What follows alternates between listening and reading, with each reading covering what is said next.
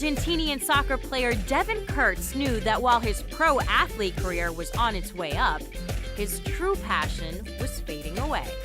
Got a little time to spare. I said to you while unaware, you were thinking of the same thing too.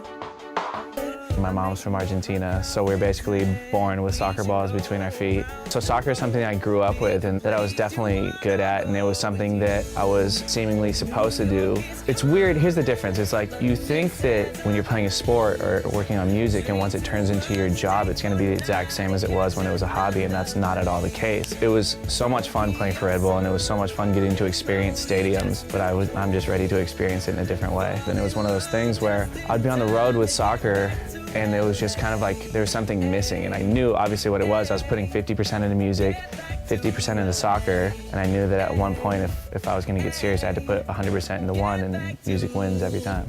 I've got my eyes on you. You're everything that I see. I want your high love and emotion endlessly. I put a cover video on YouTube, and this big music producer, his name's Tobias Carlson.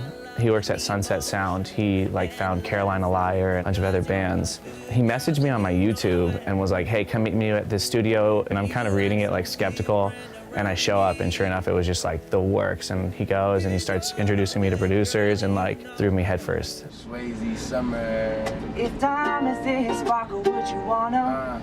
If your clothes were cheap, would you still flaunt them? If gold was only sand, would it matter in the palm of your hand?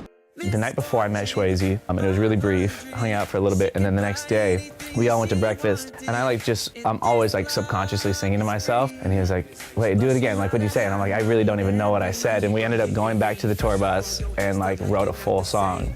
Within the next hour, it was just completely done, cut out. Misfortune 500, she could buy anything that she wanted. So then we came up with Misfortune, which was cool. It was my first top 10s iTunes I've ever had, which was a really cool experience. And then the tour came after that, and along with stuff with that I got to do for Cody Simpson and Jordan Sparks was all writing. So those writing opportunities all came as people were finally getting to see my name a little bit. But first I wanna know, do I make you wanna move? Move was a long, cool process. I co-produced it, so finding the correct producers to co-produce it with me, and it was one of those things, once you have so many cooks in the kitchen, it's hard to decide on what dinner you want. It was cool, and I feel like we ended up getting the exact product we wanted. Do I make you wanna? Never found it possible to feel this way. Make you wanna? Every time you leave, I wanna beg you to do I make you?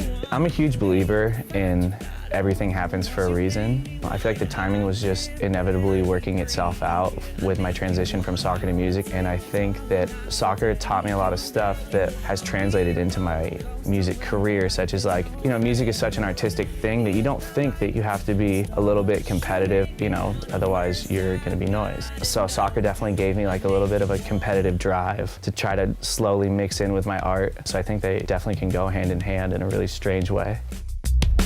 Do I make you wanna move?